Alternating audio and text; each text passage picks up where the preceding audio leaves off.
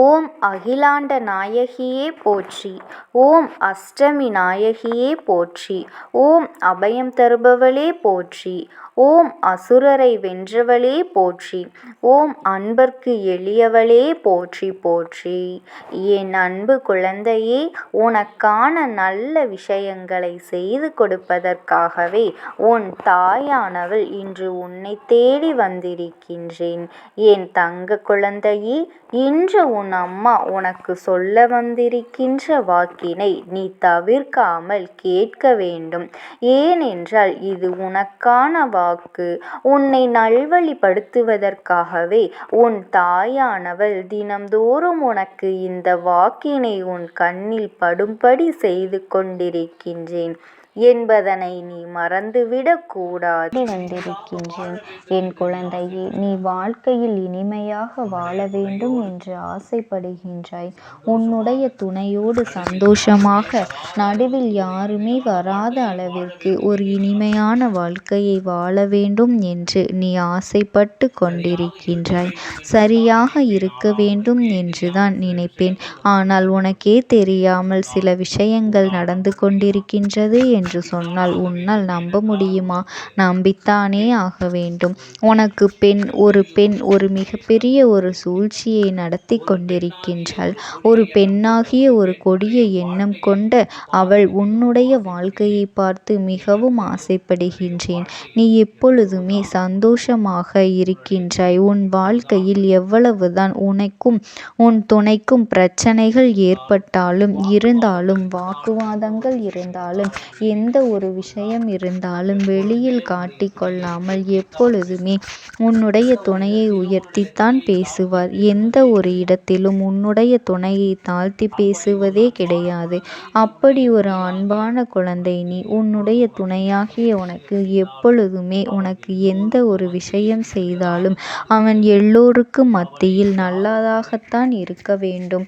அவனை யாரும் எந்த ஒரு விஷயத்திலும் தரக்குறைவாக பேசிவிடக் கூடாது, எந்த ஒரு மதிப்பும் இல்லாமல் பேசக்கூடாது என்று நினைக்கும் ஒரு அழகான பெண்.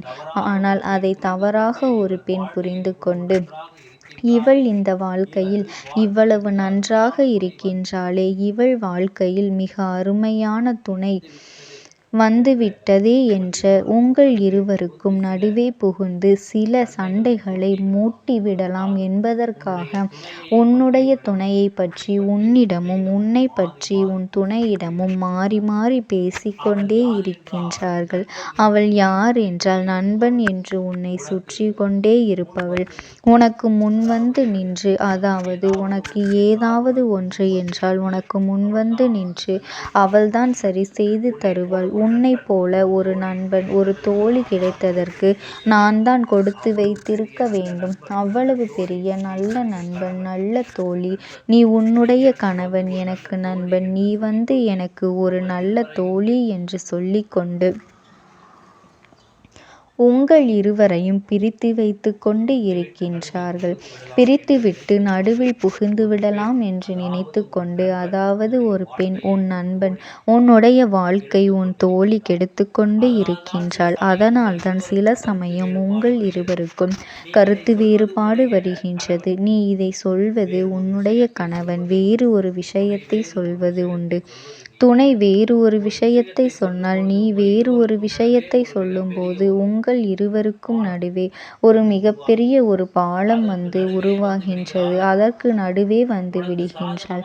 அவள் உனக்கு சாதகமாக இங்கு பேசிவிட்டு உன்னை பற்றி அங்கு பேசிக்கொண்டு இப்படி நட்பே உன்னுடைய வாழ்க்கையை கெடுத்து கொண்டு இருக்கின்றாள்.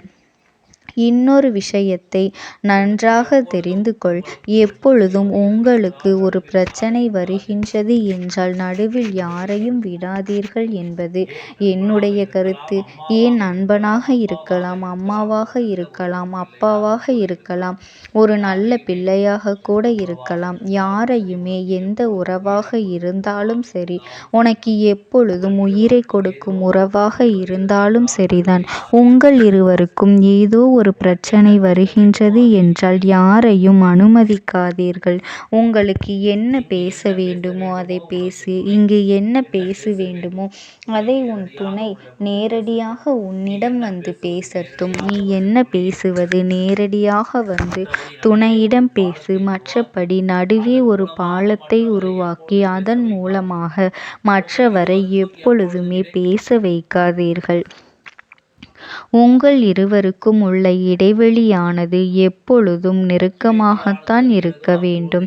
எப்போது இடைவெளி வருகின்றதோ அப்பொழுது இன்னொரு நபர் உன் வாழ்க்கையில் புகுந்து உன் வாழ்க்கையில் பிரச்சனைகளை இன்னும் அதிகரித்து கொண்டிருக்கின்றார்கள் என்று அர்த்தம்.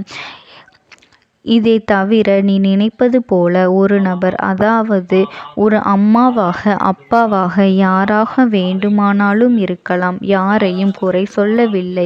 யாராக வேண்டுமானாலும் இருக்கலாம். யாரையும் உன் வாழ்க்கைக்குள் நடுவே விடாதே என்றுதான் நான் சொல்கின்றேன். புரிகிறதா என் குழந்தையே? ஆசை ஆசையாக உன் வாழ்க்கையில் ஒவ்வொரு கட்டமும் நீ வாழ்ந்து கொண்டிருக்கின்றாய்.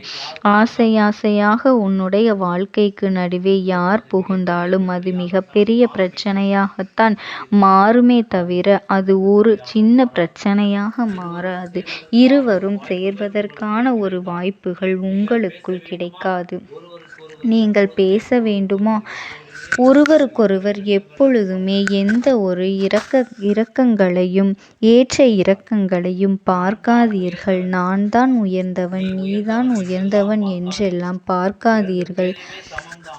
2 பேரும் சமம்தான். 2 பேருமே ஒத்துப்போகி ஒரு வாழ்க்கை நடத்தும் ஒரு மிகப்பெரிய விஷயம். அது வேறொரு கையில் எங்களை சேர்த்து வையுங்கள் என்று ஒரு கருத்து வேறுபாடு ஆகிவிட்டது என்றால் அதனால் நீங்கள் போய் பேசி என்னுடைய துணையை என்னிடம் சேர்த்து வையுங்கள், என்னிடம் பேச வையுங்கள் என்றெல்லாம் சொல்லாதீர்கள்.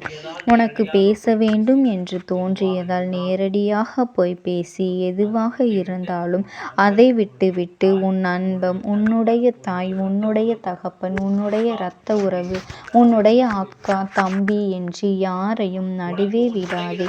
உனக்கு உன் துணையிடம் பேச வேண்டுமா? உன்னுடைய உறவு உனக்கு வேண்டுமென்றால் நீயே போய் பேசு. மனதில் எப்பொழுதும் எந்த ஒரு விஷயத்தையும் மறைக்காமல் வெளிப்படையாக நீயும் உன் துணையும் பேசிக் கொள்ளுங்கள்.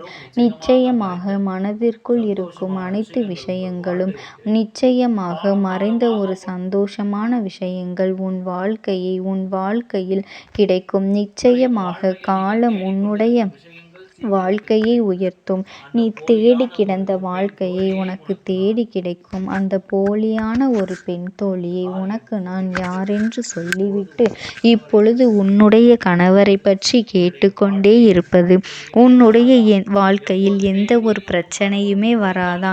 எப்பொழுதுமே நீயும் உன் கணவரும் இப்படித்தான் இருப்பீர்களா? உன் துணையும் நீயும் இப்படித்தான் வந்து சந்தோஷமாக இருப்பீர்களா என்றெல்லாம் கேட்கும் பெண்தான் அந்த பெண்ணுக்கு தன்னுடைய கணவன் இப்படியெல்லாம் இல்லையே என்ற பொறாமை அது ஒன்று. அடுத்தது அவளுக்கு யார் வந்தாலும் பிடிக்காது என்று, அவளுக்கு யார் ஒரு அழகான வாழ்க்கை நடத்தினாலும் ஏன் பிடிக்காது என்றெல்லாம் அவளுக்கு அந்த வாழ்க்கை அமையவில்லை என்பதற்காக எல்லோரும் தன்னை போலவே கணவன் இல்லாமல் நினைக்கும் ஒரு பெண்தான் அவள். இது போன்ற ஒரு பெண்ணை நண்பனாகவோ இல்லை எதிரியாகவோ, நல்ல உறவு வேண்டாம் கெட்ட உறவும் வேண்டாம், அந்த பெண்களை நீ உன் வாழ்க்கையில் சேர்த்து கொள்ளாமல் இருந்தாலே போதும்.